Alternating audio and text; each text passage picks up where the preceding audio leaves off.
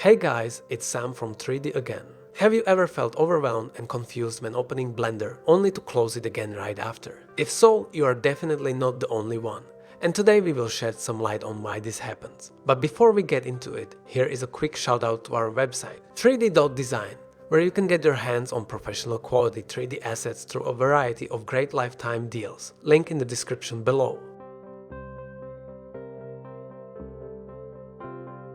The first reason that Blender has such a confusing interface is simply because of its sheer versatility compared to other programs. Blender does it all: 3D modeling, sculpting, rigging, animation, rendering, compositing, even video editing. That's like stuffing a dozen specialized tools into one big toolbox. No matter how neatly you arrange them, it's still going to look busy. Think of it like walking into a workshop with 1,000 tools. Even if they're all labeled, it's overwhelming if you're new. Where specialized programs such as Houdini can focus its interface tightly around its main intended use case, Blender has to build its interface around everything it is capable of, and that is a large number of things. While there has certainly been a lot of growth and improvement in the intuitiveness and flow, and even polish of Blender's UI, evident from version 2.7 and below compared to version 2.8 and upwards, there is only so much streamlining to be done when you have that many available actions.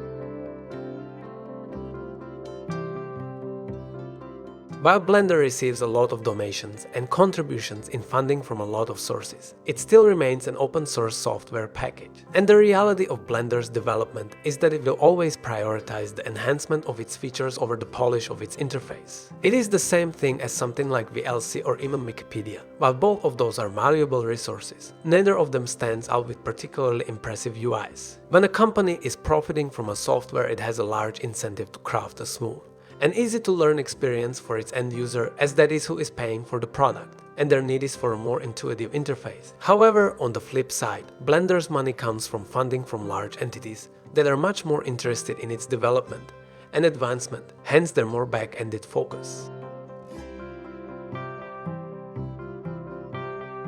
Another reason is that Blender is not standardized, as it does a lot of things very differently from how an industry standard program like Maya would do it. For instance, where you would add an object like a cube into the scene in Blender, in Maya you would actually draw a cube into the scene.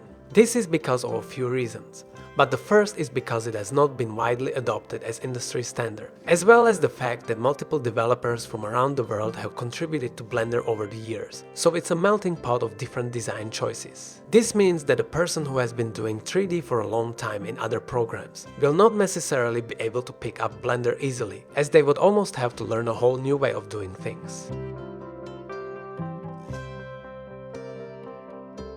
What we can see from this is that while Blender is a very powerful software that has made a lot of noticeable improvements over the years and has a lot of potential to become a considerable entity in all 3D industries, it still has a long way to go to becoming as user-friendly and beginner-friendly as a lot of its paid counterparts. And we as the consumers can be very grateful that we can enjoy it as an open source package forever. However, just as confusing as Blender can be, it is just as, if not more, customizable. And you can customize everything from the layout to the hotkeys to fit your style or workflow. There are even add-ons that enable Blender to function more similarly to other software packages like CAD or Maya. Additionally, there is a vast ocean of free learning content available for learning Blender, so anyone can get into it simply by just opening YouTube and downloading Blender. And that is it for this video, guys. Thanks for watching. And if you found this video interesting, be sure to leave a like and subscribe to see all future videos. And once again, if you want to get your hands on high quality, professional 3D assets, check out 3D.design in the description below. See you in the next video.